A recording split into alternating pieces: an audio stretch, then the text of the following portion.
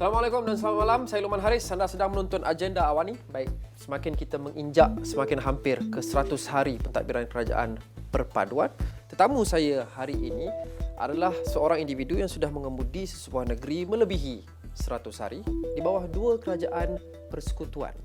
Saya disertai hari ini oleh Menteri Besar Perak, Datuk Seri Sa'rani Mohamad. Cikgu Sa'rani, terima kasih kerana menyertai kami. Terima kasih kerana jemput saya. Pertama sekali, kita sudah semakin hampir ke 100 hari kerajaan perpaduan pimpinan Perdana Menteri Datuk Seri Anwar Ibrahim. Bagaimana Datuk Seri menilai 100 hari pertama ini? Okey, pertama secara peribadi untuk peringkat Kerajaan Negeri Perak, kita tak ada tetapkan target 100 hari.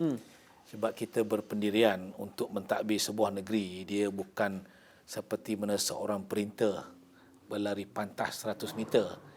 Dia mesti merupakan larian maraton secara berterusan. Jadi kerana itu di negeri Perak kita tidak letakkan apa-apa sasaran, melainkan kita minta semua orang memberi fokus kepada tugas masing-masing.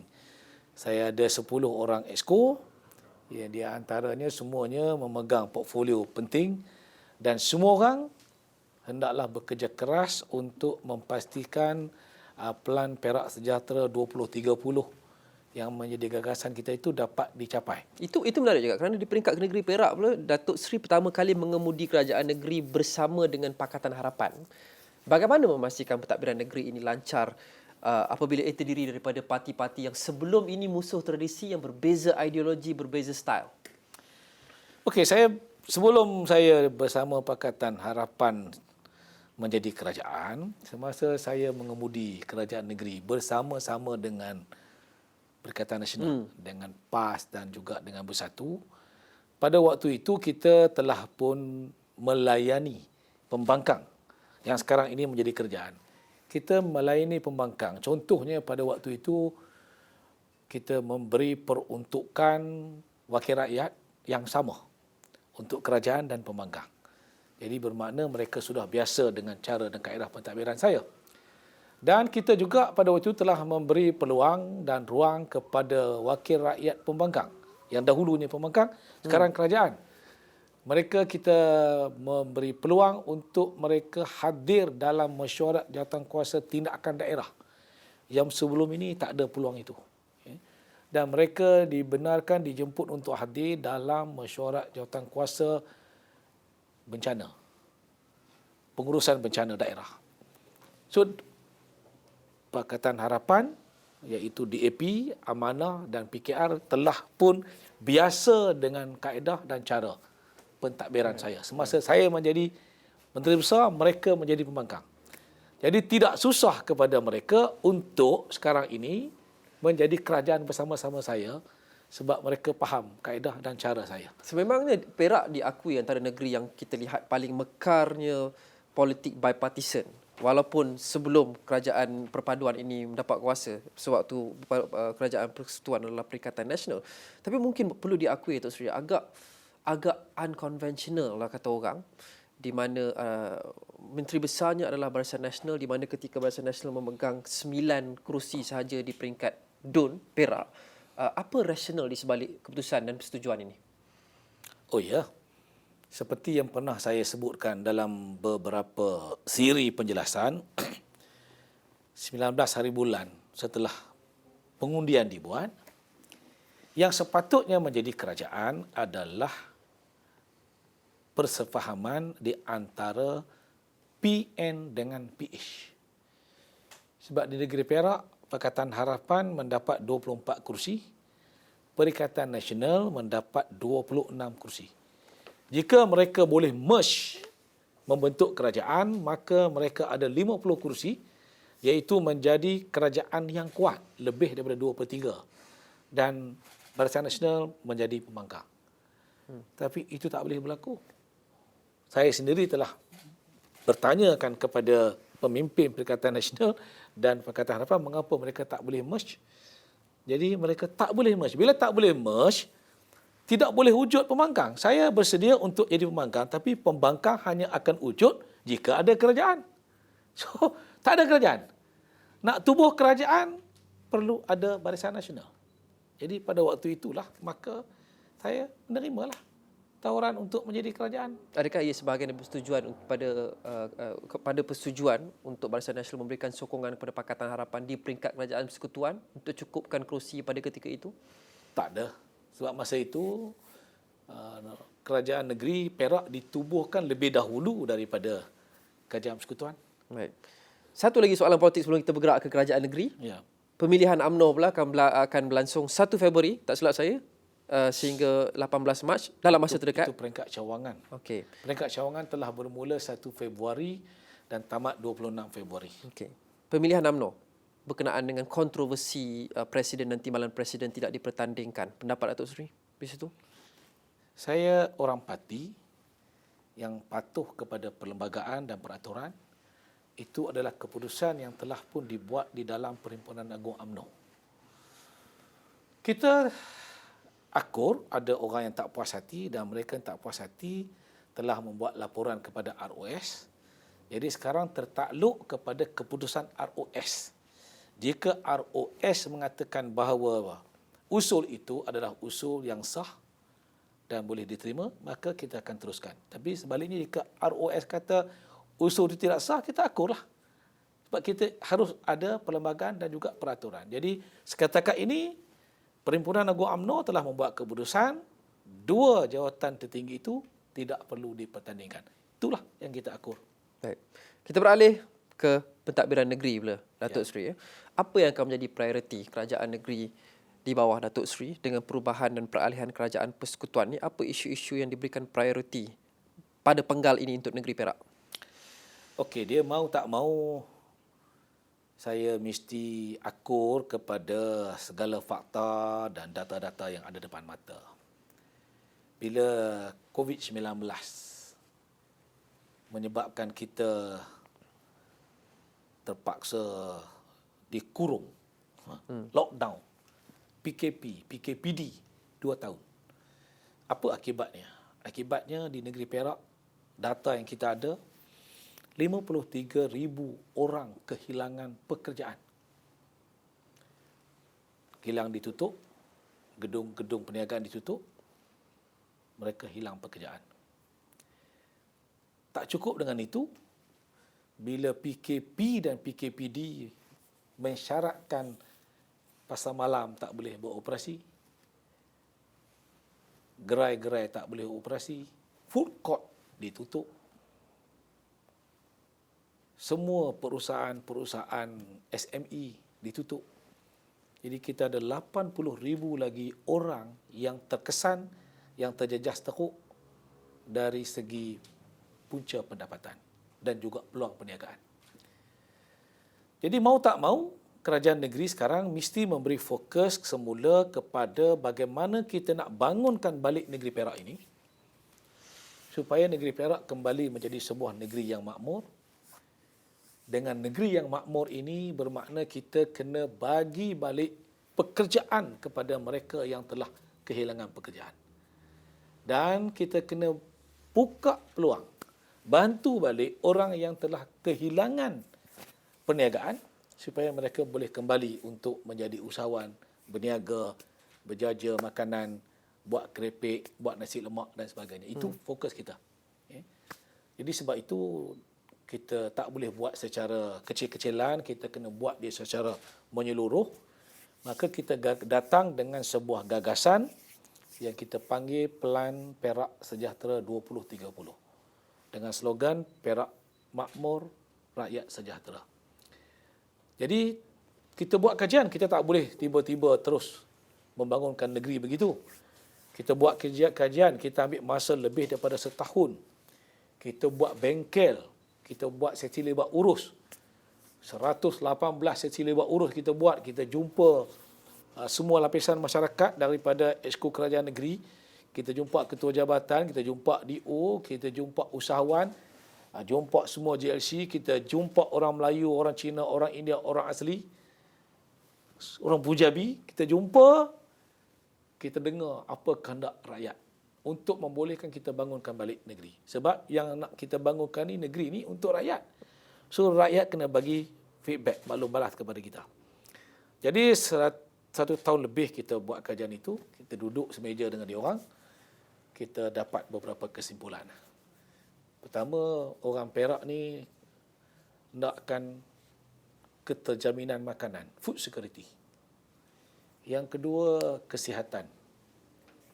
Yang ketiga, perumahan yang keselesa. Yang keempat, peluang pekerjaan. Yang kelima ialah peluang pendidikan dan juga pembangunan belia. Peluang pekerjaan tu menarik, Datuk Seri. Ramai golongan profesional yang masih perlu berpindah ke bandar-bandar lagi besar seperti Kuala Lumpur, Selangor, Pulau Pinang, anak-anak Perak, dan saya juga ada pengalaman untuk mencari peluang pekerjaan yang lebih baik, pendapatan yang lebih baik. Mereka perlu berpindah ke Kuala Lumpur, ke Pulau Pinang, ke Johor Bahru. Tapi Perak berada di tengah-tengah antara Kuala Lumpur dan Pulau Pinang. Mengapa Perak tidak boleh menyediakan peluang pekerjaan yang cukup dengan gaji yang bak kata orang acceptable, dan apa perancangan kerajaan negeri untuk mengubah perkara itu? Okey, terima kasih. Masa kita buat kajian, masa kita nak bangunkan Pelan Perak Sejahtera 2030 tu, kita juga temui data dalam tempoh 10 tahun daripada tahun 2011 hingga tahun 2020. Terdapat sekurang-kurangnya 124,100 orang bakat muda, talent Perak ni, yang memang telah berpindah keluar kerana mereka mencari peluang pekerjaan dengan gaji yang lebih lumayan di luar. Mereka pergi ke Johor, mereka pergi ke Selangor, mereka pergi ke Penang. Kita akui pada tempoh itu kita tersepit di antara dua gegasi, di antara Selangor dengan Pulau Pinang. Menjadi hakikat itu, kita tahu kesan daripada perpindahan orang muda ni ialah kita ada satu fenomena brain drain. Kita kehilangan tenaga muda, dan pada waktu yang sama menjadikan Perak ni sebuah negeri masyarakat menua di mana orang-orang warga emas saja yang tinggal sekarang ini. Ipoh dikatakan antara bandar paling sesuai untuk orang pencen. Jadi menyedari itu, kita telah buat keputusan dalam Pelan Perak Sejahtera 2030 untuk kita kali ini menjadikan Perak juga adalah sebuah negeri perindustrian. Sementara kita tahu bahawa di sebelah Pulau Pinang telah congested, di sebelah Selangor pun sama. Jadi alhamdulillah dalam tempoh ini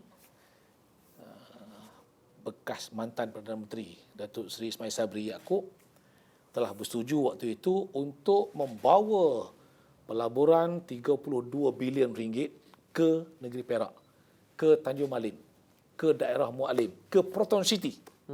32 bilion pelaburan untuk dijadikan kawasan ataupun hub otomotif. Okay.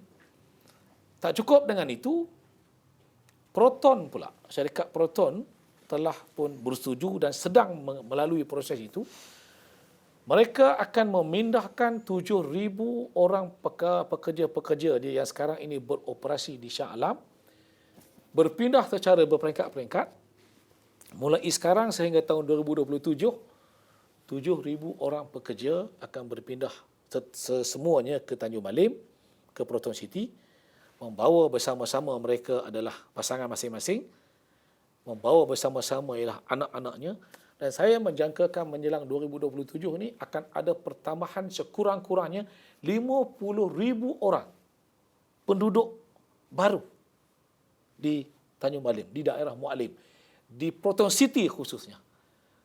Ini peluang yang ada dengan hub otomotif, dengan perpindahan pekerja-pekerja ni ataupun Proton Jili ni akan membuka peluang-peluang pekerjaan yang banyak di kawasan itu. Dan ia not only di Tanjung Malim, saya yakin dia akan juga melimpah rezeki itu ke Slim River, ke Bido dan juga ke Tapah. Kesemua pelan jangka panjang ini tidak terganggu momentumnya dengan pertukaran kerajaan di peringkat persekutuan dan juga bajet yang akan dibentangkan semula? Oh, tidak.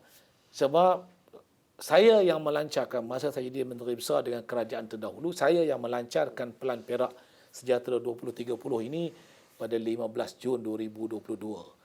Bila saya jadi Menteri Besar baru dalam kerajaan baru, mesyuarat Exco yang pertama saya dah maklumkan dan semua mereka, 10 orang Exco bersetuju kita akan teruskan Pelan Perak Sejahtera 2030 sebab nothing wrong with the program.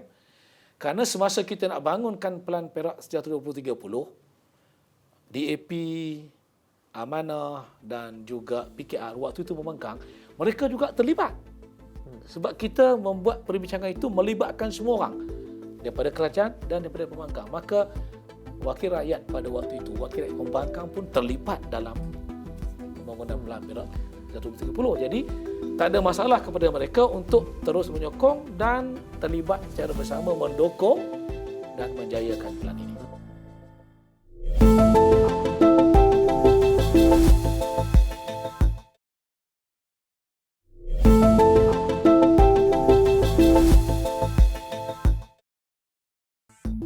Dan sudah tentu Perak antara negeri yang kaya dengan sumber asli, khazanah alam semula jadi. Ya, alhamdulillah. Sebarang bentuk pembangunan sudah tentu kita kejar, tapi tidak mengorbankan alam sekitar, dan sudah tentu Datuk Seri sangat, dan mungkin ada penonton kita di luar sana yang sedia maklum dengan isu-isu alam sekitar berkenaan dengan beberapa projek yang dibangunkan di Perak. Dan antara yang terbesar adalah projek hutan simpan Keledang Sayung yang dikatakan akan membotakkan hutan untuk aktiviti pertanian sehingga 4,200 hektar.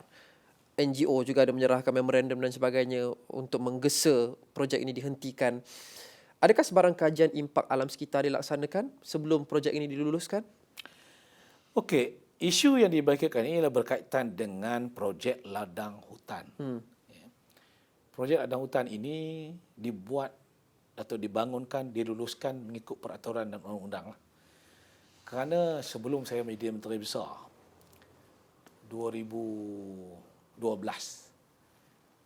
Kementerian waktu itu, Kerajaan Federal waktu itu memberi kebenaran kepada negeri Perak untuk membangunkan ladang hutan seluas 100,000 hektar.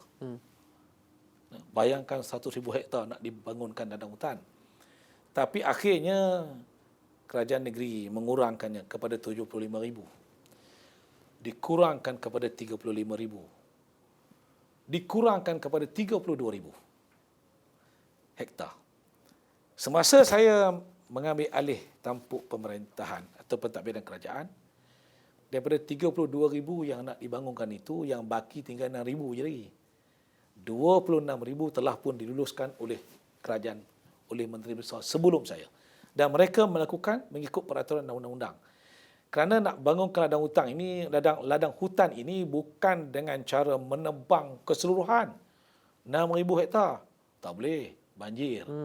Pertama, dia kena melalui proses public hearing. Rakyat memberi pendapat dan pandangan. Ini yang sedang berlaku di Keledang Sayung ni ialah peringkat public hearing. Rakyat memberi pandangan dan pendapat mereka, apa pun. Dan pihak berkuasa negeri akan mengambil kira semua pandangan itu. Tapi pada waktu yang sama, syarikat yang dibenarkan, yang diberi kelulusan untuk membangunkan ladang hutan ini, terlebih dahulu dikehendaki untuk mendapat kelulusan EIA, Jabatan Alam Sekitar. Yep. Di Jabatan Alam Sekitar akan buat penilaian. Ini adalah jabatan yang diiktiraf dengan kebolehan mereka, dengan SOP mereka. Jika sekiranya JAS mengatakan ia tak boleh dibuat kerana risiko banjir, kerana risiko tanah runtuh, of course, kita boleh buat. Jadi projek ini akan diteruskan dengan mengambil kira semua kajian yang sudah pernah dilakukan. Jika EIA mengatakan ia boleh dibangunkan, maka ia dibangunkan. Sebab yang Keledang Sayung ini adalah yang diluluskan yang terakhir. 6,000 ekar yang terakhir. Sedangkan sudah ada 26,000 hektar sebelum ini telah juga dibangunkan. Telah dibangunkan dengan kebenaran Jabatan Alam Sekitar. Jadi kepada saya, selagi mana ia mematuhi peraturan, walaupun kita katakan kita bimbang, kita khawatir kepada berlaku banjir, lumpur dan sebagainya, ia tertakluk kepada laporan Jabatan Alam Sekitar. Kalau dia kata tidak boleh, strictly tak boleh lah. Adakah laporan itu sudah dikeluarkan atau masih dalam proses? Belum lagi dalam proses. Jadi bermakna kalau tidak dapat approval di situ, projek ini mungkin tidak akan diteruskan? Tak boleh. Orang tak boleh. Kerajaan negeri akan mengikut saja. Okay. Baik. Satu lagi projek pembangunan, Taman Tema di Tanjung Tualang, nilai 11 juta ringgit. Bagaimana apa yang dilakukan untuk memastikan ia tidak berakhir seperti satu lagi MAPS, Movie Park Animation Studios, yang menelan belanja lebih 500 juta ringgit dahulu, dibuka pada tahun 2017 dan ditutup tahun 2020 sehingga sekarang terbengkalai. TT5 ini dibangunkan oleh MB Incorporated. Tetapi taman tema itu sebenarnya bukan taman tema pun. Ia bukan taman tema. Ia dibangunkan oleh syarikat swasta secara PFI. Jadi tak ada kena-mengena dengan wang kerajaan negeri. Tidak ada dana rakyat. Tak ada dana rakyat. So, whatever happen, ia adalah tertakluk kepada kejayaan yang dilakukan oleh syarikat yang melabur atas tiket PFI. Tapi masih lagi dinaungi oleh MB Incorporated. Ada sebarang strategi untuk memastikan ia tidak gagal seperti MAPS? No, dia bukan projek MB Inc. Okay. Dia komplement kepada projek MB Inc. MB Inc hanya menguruskan TT5 itu. Kapal korek itu. Tapi yang lain itu datang secara PFI. Ada banyak lagi beberapa cadangan dan projek sambungan yang dibuat oleh beberapa projek swasta yang merupakan komplement kepada apa yang dibuat oleh MB Inc. Secara PFI. Kita tidak melibatkan mana-mana dana kerajaan negeri. Ada sebarang perancangan untuk MAPS menghidupkan semula, menggunakan semula tanah tersebut? MAP sekarang bukan lagi kepunyaan kerajaan negeri. Ia dulunya adalah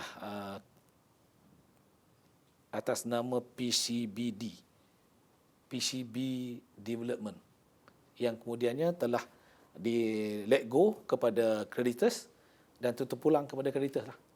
Not belong to the state anymore. Bukan lagi tanggungjawab kerajaan negeri. Baik. Dato' Sri, kita mulakan dengan soalan politik. Saya kira cucuk untuk kita habiskan juga dengan soalan politik kerana perbincangan banyak didominasi oleh soal-soal politik sekarang. Kita sudah cakap dengan Perak. Sentuh sedikit berkenaan politik. Walaupun saya tahu Perak tidak pun terlibat, kita tahu akan ada 6 negeri yang akan mengadakan pilihan raya negeri dalam masa terdekat ini, dalam tahun ini.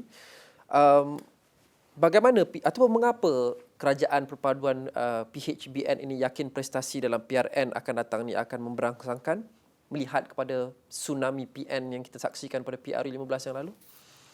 Ya, pertama kita harus ingat bahawa pengundi ini sangat dinamik. Pengundi ini sangat dinamik dan dia boleh berubah-ubah. Pengalaman sesi sebelum ini, Pakatan Harapan menerajui kerajaan di bawah pimpinan Dr. Mahathir Mohamad 2018. Kemudian setiap kali ada berlaku pilihan raya kecil, setiap pilihan raya kecil itu dimenangi oleh Barisan Nasional, pembangkang waktu itu. Maknanya pengundi-pengundi yang telah mengundi Pakatan Harapan waktu itu akhirnya menyadari bahawa mereka silap. Ada banyak perkara silap lah. Kemungkinan kerana janji yang tak ditepati atau pelbagai janji manis yang kemudian mereka menyedari berlaku kesilapan dan dia bayar kesilapan itu, dia perbetul kesilapan itu dalam pilihan raya kecil. Okay? Jadi pengundi ini dinamik, saya katakan. Jadi, tidak mustahil di kalangan pengundi-pengundi yang pada PRU yang ke-15 dahulu. Yang kita tahu bahawa kebanyakannya adalah pengundi-pengundi muda, first time voters. Sebab kita boleh baca berasaskan kepada undi-undi dalam saluran orang muda. Saluran 4, saluran 5, saluran 6 ni saluran orang muda. Kita tahu itulah kumpulan pengundi yang memberi kepercayaan kepada Perikatan Nasional waktu itu. Jadi saya katakan ia adalah dinamik. Dia dinamik. Jadi pada PRN, pilihan raya negeri bagi 6 negeri ini, tak mustahil mereka akan berpindah kepada Pakatan Barisan Nasional, Barisan Nasional dan Pakatan Harapan. Sebab mereka ni bukan pendukung parti. Pengundi-pengundi muda ni bukan pendukung parti. Mereka adalah pengundi yang bebas, yang pada waktu itu mereka tertarik dengan BES, bersih, BEST. Dan sekarang kita tahu apa yang sedang dibongkarkan sekarang ini, rupa-rupanya yang dikatakan bersih itu tidak bersih. Jadi, masih lagi peringkat pertuduhan di mahkamah. Yalah, betul lah. Tapi ini persepsi. Pengundi-pengundi ini, orang ramai ini, rakyat ini, dia ikut kepada persepsi. Pertuduhan satu bab. Tapi ini persepsi. Yang dikatakan bersih sekarang, rupanya tidak bersih. Jadi saya katakan tadi, pengundi adalah dinamik. Kalau kita boleh membuktikan bahawa, yang you all percaya dahulu, terpedaya. Okay? Jadi, saya yakin pengundi-pengundi muda yang semakin hari semakin belajar berkaitan dengan politik, tidak mustahil mereka akan berubah arah. Datuk Seri yakin 100 lebih hari ini, apabila tiba PRN nanti lebih kurang 100 lebih hari, cukup untuk mencuri hati semula, memikat semula hati pengundi-pengundi muda yang mengundi Perikatan Nasional pada PRU 15 yang lalu? Dia bergantung kepada suasana, kepada keadaan. Jika tak ada berlaku perkara-perkara yang contohlah, kita katakan dalam tempoh ini berlaku banjir, didapati kerajaan tak perform untuk menangani banjir. Yes, itu akan dinilai sebagai kegagalan. Okay? Tapi kalau dalam tempoh ini kita tengok bila berlaku banjir, kerajaan, kaki tangan kerajaan, jentera kita dapat berfungsi dengan baik, menangani dengan baik dan memberi kebajikan kepada rakyat, maka itu adalah satu kredit kepada kerajaan. Tentang soal pembangunan, saya sebutkan tadi, saya tidak berapa suka dengan 100 hari ini sebab to me mentadbir sebuah negeri bukan seperti berlari sebagai seorang sprinter 100 meter. Dia adalah berlari sebagai pelari maraton. Dia mengambil masa sedikit demi sedikit dan kita dalam tempoh itu kita membuat banyak penambahbaikan. Jadi janganlah orang menilai 100 hari ini sebagai satu penilaian muktamad. Ya. Ya. Akhir sekali, buat pertama kali dalam sejarah, Perdana Menteri datang dari kerusi di Perak. Datang dari Perak. Ada sebarang kelebihan kepada negeri Perak, Perdana Menteri datang dari Perak? Oh, sudah tentu. Seperti? Sudah tentu. Saya sudah dapat berjumpa dengan Yang Amat Berhormat Perdana Menteri dan mengingatkan Perdana Menteri bahawa ada banyak permohonan, banyak permintaan. Khususnya daripada kawasan Parlimen Tambun itu sendiri. Ada banyak masjid yang perlu diluluskan, ada banyak sekolah yang perlu ditambah baik, ada perkampungan orang asli yang perlu diberi perhatian. Of course, sebagai Perdana Menteri yang menjadi ahli Parlimen Tambun, itu keutamaan dia. Tapi pada waktu yang sama, saya sedang membangunkan negeri Perak ini sebagai sebuah negeri perindustrian. Of course, saya perlukan sokongan daripada seorang Perdana Menteri yang datang daripada Perak. Saya berhasrat untuk mewujudkan sebuah terminal kargo. Terminal kargo, lapangan terbang kargo.